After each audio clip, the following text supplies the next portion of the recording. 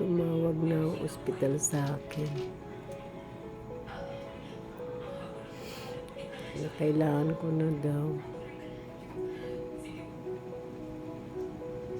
ilabas anak ko sa ospital.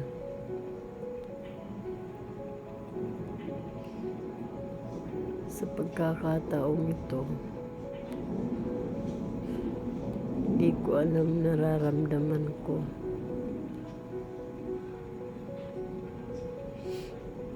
Magkahalong saya at lungkot. Una, namimiss ko na anak ko, kaya lang wala yung bantay niya. Yun ang gumugulo sa isip ko.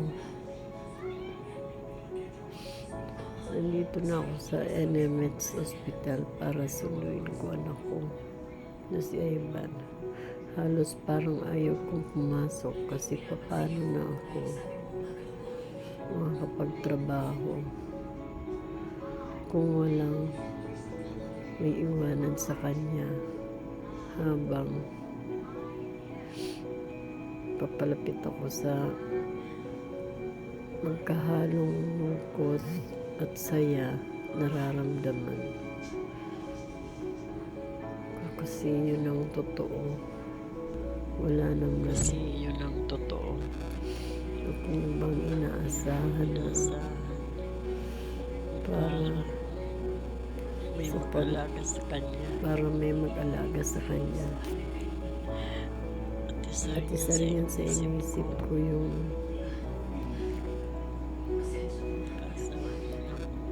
mag-aasawa man ako para may katuwang baka hindi rin matanggap.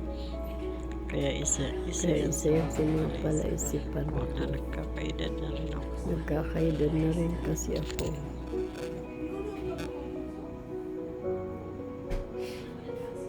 Sa kalagayan ng anak ko, paano na kung dumating yung panahon na papag pahingayin ako ng Ama nating Diyos. Paano na si Ivan? Ngayon pa nga lang wala nang gusto mag-alaga sa kahit na may bayad. Paano na anak ko? Ultimo sa taxi, ayaw kami pasakay kahapon. Buti na lang may naawat, pinasakay kami. Kaya sa totoo lang, parang gusto ko nang sumuko. Pagka-uwi namin, kaya pala mamadali si Ivan na makauwi. Nag-aalboroto. Ayan pala yung mga kasama niya. Yan ang ginawa sa bago siya pinalabas. Pinasok pa siya sa kamay. Naawa ko sa anak ko. Tama lang pala nilabas ko siya. Kasi masakit para sa isang inang tulad ko na may ganito kang anak. Kung pinagkalob sa akin ng Ama nating Diyos, ito sa akin.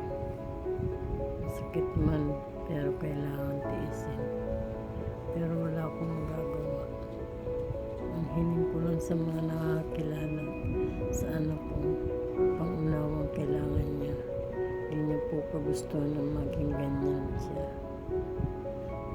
Kaya hiling ko, sana bigyan ako ng lakas na loob na makayanan ang magbigay ng pasanin sa akin ng Ama nating Diyos. At ngayon maraming salamat sa support niya.